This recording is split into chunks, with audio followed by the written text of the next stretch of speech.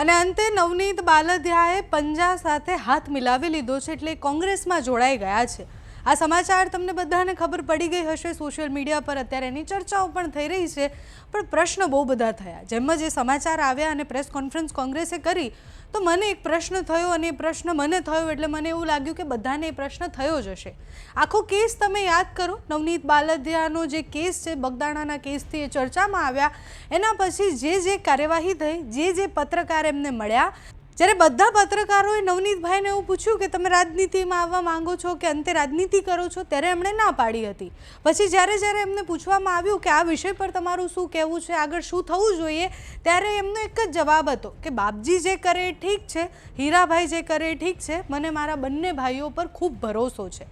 હવે બાપજી અને હીરાભાઈ એટલે પરસોત્તમ સોલંકી અને હીરા સોલંકી, એ બંનેની વાત અને બગદાણા આખા કેસમાં જે રીતના એ બંને લોકો લડ્યા, સીએમને પત્ર આપ્યો, પરસોત્તમ સોલંકીના બંગલા ઉપર આખી મીટિંગ થઈને બધું જ થયું। તો હવે શું બાપજીને પૂછી અને પછી નવનીતભાઈ કોંગ્રેસમાં જોડાયા છે? શું નવનીતભાઈ બાપજીને પૂછવા માટે ગયા હતા કે બાપજી હું કોંગ્રેસમાં જોડાઉં કે કેમ?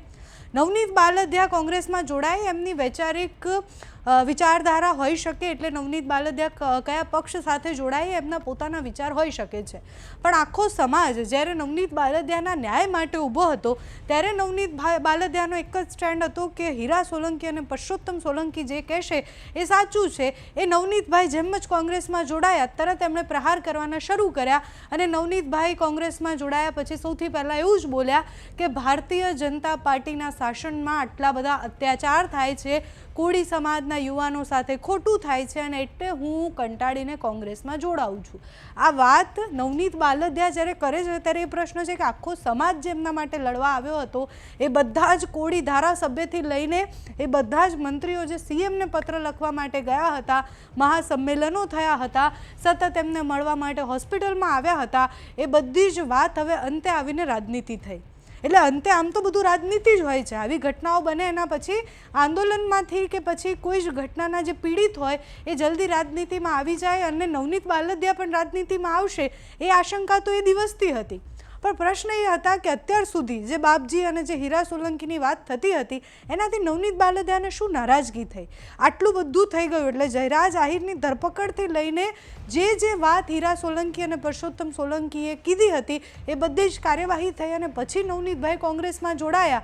એટલે એવું તો શું થયું કે નવનીત બાલદિયાને હીરા સોલંકી અને પરસોત્તમ સોલંકીની સામે આવવું પડ્યું? જે અત્યાર સુધી એવું કહેતા હતા કે બાપજી કહે કે હીરાભાઈ કહે એ ઠીક છે, એ અચાનકથી હીરાભાઈ અને બાપજીની સામે કેમ આવ્યા?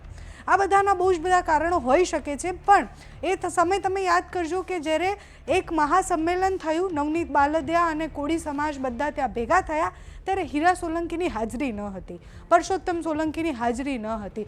એવા અનેક નેતાઓ જે કોળી સમાજના અને આંદોલન સાથે સૌથી વધારે જોડાયેલા હતા એ કોઈ જ નેતા ત્યાં હાજર ન હતા અને ત્યારથી એ જ પ્રશ્ન હતો કે આ આંદોલન ભલે શરૂ થયું એક સાથે કોળીને એક કરવા માટે કે કોળીના સીએમ બનવા જોઈએ એ વાત માટે, પણ ધીરે ધીરે કોળીમાં પણ બે ફાટા પડ્યા અને એનું આ ઉદાહરણ લેટેસ્ટ જ છે કે નવનીત બાલદિયા જેની પાછળ આખો કોળી સમાજ હતો, જેમના ન્યાય માટે આખો કોળી સમાજ, કોળી નેતા, મંત્રી બધા લડ્યા, એ નવનીત બાલદિયા કોંગ્રેસમાં જોડાયા અને કોંગ્રેસમાં જોડાયા પછી એમણે એવું પણ કીધું કે જો મને ટિકિટ આપશે તો હું સ્થાનિક સ્વરાજ લડવા પણ તૈયાર છું। પણ સ્થાનિક સ્વરાજ જો એ લડે છે તો જે કોળી સમાજ એમના માટે ભેગું થયું હતું, આંદોલન કર્યા હતા, એ કોળી સમાજ એમને મત આપશે ખરી? તમારું આ વિષયને લઈને શું માનવું છે અમને કમેન્ટ્સમાં જણાવજો। અત્યારે આ વિડીયોમાં બસ આટલું જ। જો તમે અમને યુટ્યુબ પર જોઈ રહ્યા હોય તો સબસ્ક્રાઈબ કરજો, ફેસબુક પર જોઈ રહ્યા હોય તો ફોલો કરજો, અમારા આ વિડીયોને લાઈક અને શેર કરજો।